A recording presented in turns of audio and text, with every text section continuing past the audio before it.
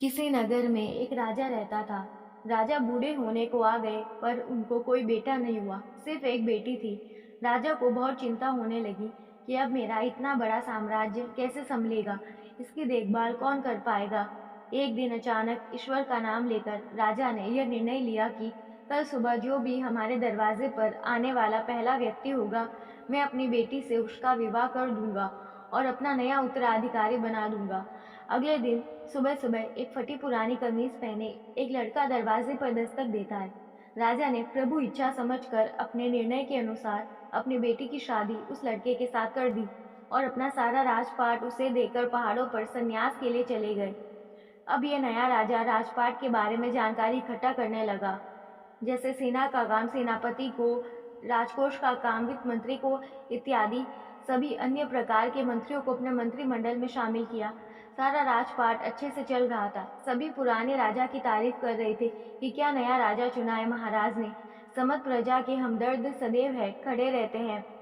यहाँ राज्यसभा के समस्त कमरे में समय समय पर सब काम और सब लोग आ जा सकते थे, लेकिन एक कमरे में सिर्फ राजा ही जाते थे।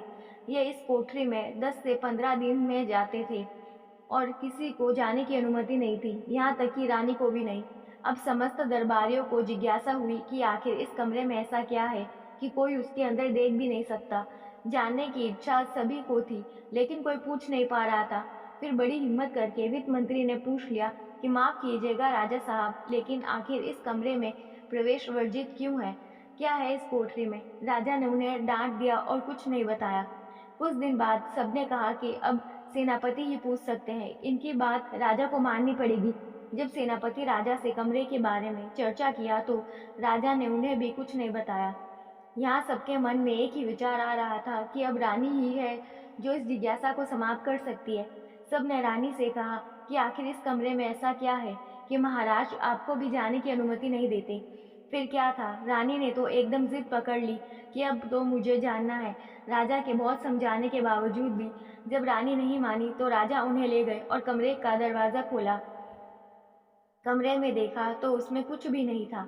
एक फटी कमीज और कुछ फटे कपड़े थे। सब ये देखकर हैरान हो गए और राजा ने बताया कि मैं अपने शुरुआत को याद करने के लिए यहाँ आता हूँ। मुझे जब कभी ये अहंकार हो जाता है कि मैं राजा हूँ, मैं इस राज्य का सम्राट हूँ, मैं ही सबसे बढ़िया हूँ, तो यहाँ आ जाता हूँ।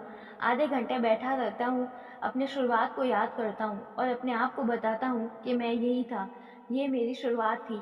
वो तो पुराने महाराज का शुक्र मनाओ कि मुझे राजा बना दिया। थोड़ी देर के बाद जब अहंकार टूट जाता है तो साफ और सच्चे मन से बाहर आ जाता हूँ और अपने प्रजा की सेवा में लगा रहता हूँ। इस कहानी से सीख मिलती है। ये एक राजा की अद्भुत कहानी हमें बताती है कि अगर जिंदगी में कभी आपको ईगो आ जाए, आप अपने को बेस्ट मानने लगो, आपको लगता है कि मेरे जैसा तो कोई है ही नहीं, तो अपनी शुरुआत को याद करिए, अपने स्ट्रगल वाली पुरानी जिंदगी को याद करिए। आप सरल होने लगेंगे, विनम्र होने लगेंगे, जमीन से जुड़ा हुआ महसूस करने लगेंगे। इसीलिए कहा जाता है कि पैसा इंसान को ऊपर ले जाता है, इंसान पैसा को कभी ऊपर नहीं ले जा पाता।